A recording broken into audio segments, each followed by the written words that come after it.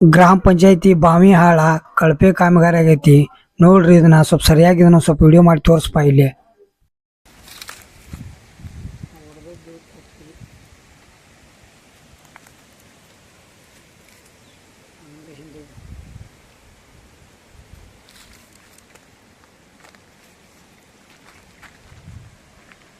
ಇದ ನೋಡ್ರಿ ನಮ್ಮ ಗ್ರಾಮ ಪಂಚಾಯತಿ ಅಭಿವೃದ್ಧಿ ಅಧಿಕಾರಿಗಳು ಮಾಡೋ ಕೆಲಸನ ಈ ಥರ ಐತಿ. ಯಾವಾಗ ಜಾನುವಾರುಗಳಿಗೆ ಕುಡಿ ನೀರನ್ನ ಕಟ್ಟಿ ಊರಾಗ ಬೇಕೈತಿ, ಇಲ್ಲಿ ಬಿಟ್ಟಿದಾರ ಹೊಲಗೊಳ ಕಟ್ಟ್ಯಾರ. ಇದನ್ನ ಇದು ಉಪಯೋಗ ಇಲ್ಲ. ಇದಕ್ಕೆ ಎಂದು ನೀರು ಬಿಟ್ಟಾರ ಅನ್ನೋದು ಗೊತ್ತಿಲ್ಲ, ಇದು ನೀರು ಎಲ್ಲಿಂದ ಸಪ್ಲೈ ಆಗತ್ತೆ ಅನ್ನೋದು ಗೊತ್ತಿಲ್ಲ. ಇದಕ್ಕೆ ಮಾಡ್ಯಾರ 42,000 ರೂಪಾಯಿ ಖರ್ಚು ಮಾಡಿದಾರ. ಇದನ್ನ ಕಟ್ಟಿದಾರ ಇಷ್ಟು ಕಟ್ಟಿ ಒಂದು 20,000 ಮುಗಿಸಿ ಮ್ಯಾಗಿನ ಅಮೌಂಟ್ ತೊಗೊಂಡು ಹೋದಂಗೆ ಕಾಣ್ತೈತಿ.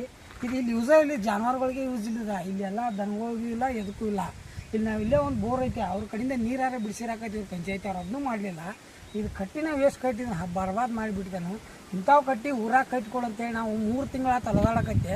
ಊರು ಬಿಟ್ಟು ಹೊರಗೆ ಕಟ್ಟತ್ತಾರ, ಊರಾಗ ಕಟ್ಟಕ್ಕಾಗೋದು ಇವ್ರಿಗೆ. ಊರಾಗಿನ ರೈತರೆಲ್ಲ ಬಂದು ಇಲ್ಲಿ ದನಗಳು ತಕೊಂಡು ಹೋಗ್ಬೇಕಂದ್ರೆ ಆ ನೀರು ವ್ಯವಸ್ಥಾನೂ ಇಲ್ಲಿಲ್ಲ.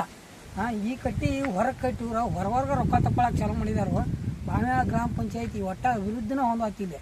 2015ರಿಂದ ಐತಿ ಏನೈತೆ ಎಲ್ಲ ಕಳಪೆ ಕಾಮಗಾರಿ. ಏನು ಬೇಕಾದಾದರೂ ಇದೇ ಥರ ಆಗ್ಬಿಟ್ಟದ ಕೆಲಸ ಇರ್ದ. ಇವ್ರ ಮೇಲಾಧಿಕಾರಿಗಳ ಗಮನಕ್ಕೆ ತಂದ್ರು ಕೂಡ ಯಾವುದೇ ಕೆಲಸ ಆಗ್ಲಿಲ್ಲ.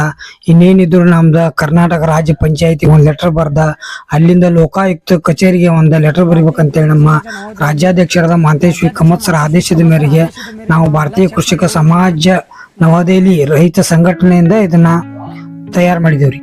ಮುಂದಿನ ವಿಡಿಯೋದಾಗ ಗ್ರಾಮ ಪಂಚಾಯತಿಯಿಂದ ಆದ PM ಆವಾಸ್ ಯೋಜನಾ ಮನೆಗಳು ಬಡ ರೈತರಿಗೆ ಬರೋ ಬದ್ಲಿ ಇದ್ದವ್ರಿಗೆ ರಾಜೀವ್ ಗಾಂಧಿ ಸ್ಮಾರಕ ಕಟ್ಟಡಕ್ಕೆ ನಮ್ಮ ಊರಾಗ ಏನೈತಲ್ಲ ಭಾಳ ಖರ್ಚು ಮಾಡಿದಾರು.